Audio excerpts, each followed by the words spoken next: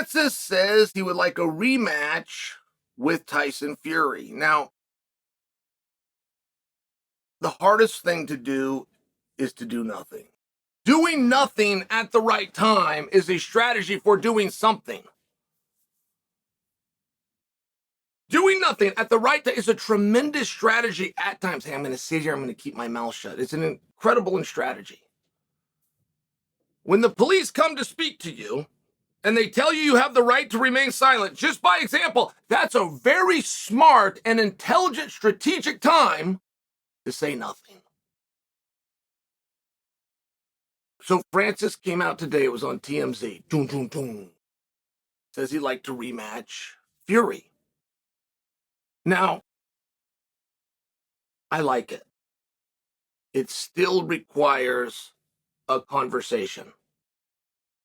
Strategy from Team Ngannou is one thing that we haven't seen a lot of. So though I like the rematch, I will tell you, it was interesting. At a minimum, we could call it interesting that it came out today and it came out on TMZ. It would seem as though when Francis was in the ring and just had a professional licensed judge put his name and tell the world he won. That's very powerful. The fact that 3 professional licensed judges none of them agreed with one another, like that's a really powerful thing. When you have a dejected Fury in the ring, when you have the viewing audience, that would have been a great time for Ngannou to say and demand a rematch. And I have mixed opinions of why he did it. But both opinions come with the same ingredient that nobody within his corner told him, call for a rematch. So I only bring that from a strategic standpoint. There doesn't appear to be one. I don't know that when I tell you I see it from 2 different ways. Like, from a competitive standpoint, the sportsmanship and the soft-natured, from the tone to the words, the soft-natured response by Francis, it was very cool to see. Like, if Francis could do anything, if I could run the tape back, he would never use profanity. He's so big and strong and he speaks so gentle. And there was such an opportunity to come across as the gentle giant, as the good guy, but he doesn't have to be. He can beat up everybody in the room, but he chooses to be kind. And the profanity withdraws from that. And it's just a wish, right? Like, we can't go back in time. But I'll just share for you one side of the coin, and the fact that he didn't call for it, in conjunction with understand what's happening around him. His fight was a commercial for Usyk versus Fury. So for him to demand a rematch when Fury's on the other side of the ring and about to go into business that he's already got lined up for December 23rd, I did understand it. And there was a part of it that I thought was very cool. And I would have gone on through time thinking that was very cool. But that response by Francis was held up to one litmus test. And the litmus test is he going to call Fury out, just do it later. If he ends up calling Fury out, but he does it later, now it's just a miss. Now it's just, I didn't think of it. I don't understand what we're doing here very well. And none of my team, right? I've been rattled. I've been hit in the head. I just had my heart ripped out. And none of my team told me to call for a rematch. I would just suggest for you is a surprise for me.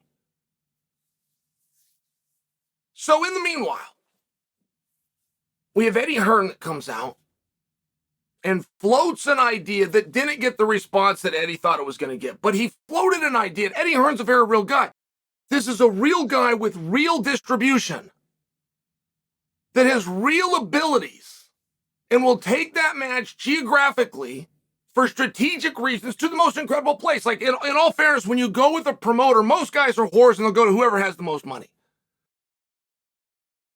you're looking at a whore. I'm not, like, this isn't an insult, right? There's honor amongst thieves, but I'm sharing with you.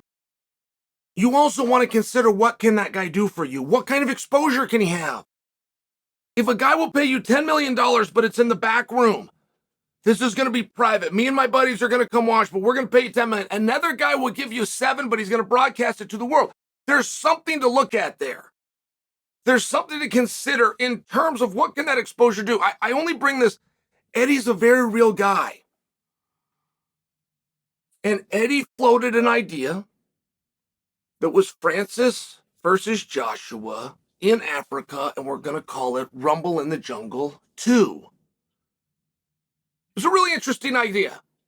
I was surprised at what little feedback Eddie got with it, but I'm trying to tell you what's happened from the time we left the ring till now. It also gets revealed to us, and first by Luke Thomas. Luke put this out in a tweet, but there wasn't enough characters for a real back and forth to get all the information. But then Don Davis went on Ariel Helwani's program, and he shared with us a couple of the intricacies within Francis's contract that we were not aware of. By example, contrary to our impression, and our impression being that Francis's next fight will be and contractually needs to be in MMA in the PFL, Mr. Davis said, no, that isn't accurate. He needs to do a fight for us in 2024 in MMA, but he could do that in December. Even though December is the last month in the year, if it happens in 24 and it happens in MMA with us, like he's in compliance with the contract, he can go box this. Well, that was an incredible detail. And you have one other free agent out there where you don't have to get knee deep in litigation. You don't have to get into the back and forth of a contract that he couldn't do. By example, it's very uncommon that a promoter, particularly somebody that's real, that does this to make money, that has a sustainable model like Eddie Hearn, is going to sign you on a one-off. He's never done it before. When I tell you it's unlikely, he's never done it before. He's going to want immediate rematch clauses, or if you win, you're drawn to this guy. He's want to tell a story. The best promoters are the best storytellers. The best and biggest fights have a story that you like more than other fights that you have.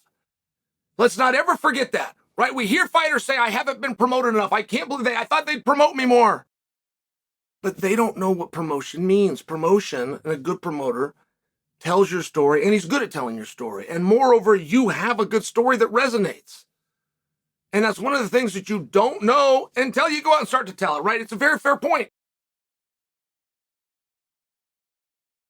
So we then have the overarching Tyson Fury. Like, whatever Francis does next, it looked as though Tyson were not an option. And it looked that way to everybody, I believe, including Francis, which is very reasonable considering we're told that he's fighting that fat guy over there that can't speak, Usyk. So there's not a massive reason to call him out. But he did. He did just call him out. And was that off the cuff? Was that a guy whose mind keeps on changing? Or was that a guy who was possibly armed with some type of information, which we do know is fluid? We've been told that Usyk and Fury were going to fight before. We were told Saturday that they're going to fight December 23rd. We were told on Monday they're still going to fight, but it is not going to be December 23rd, right? If you change one part of a contract, what's the difference on what part you change? If you're allowed to change the contract, even if it's the date, if you're allowed to change the contract, what difference does it make? And that what I'm opening up for you is, does Francis have information? Is somebody now stepping in and saying they would like to see Francis versus Fury go out and get this going? Generally, when a guy who's gone 3 different ways in 4 different days, the answer would be yes, but I don't know if that happened here. And moreover, it is glaringly obvious that the world would like, far more than Usyk or Francis or any other match that you could name for me, they would like to see a rematch with Francis and Fury. It's glaringly obvious. Wherever we go and wherever the roads take us, eventually they're going to lead us to that. And like any relationship, the upper hand goes to whichever part of that relationship cares less. So when you have a match that's glaringly obvious, when the whole world is trying to get it, when the whole world's sitting and trying to figure out where's this guy got to move and what do we got to do and when can we get them back together, it's not helpful for you to then tell that same world that you want it. There's more of a value in you being the one that's resisting it. This isn't Chael's opinion.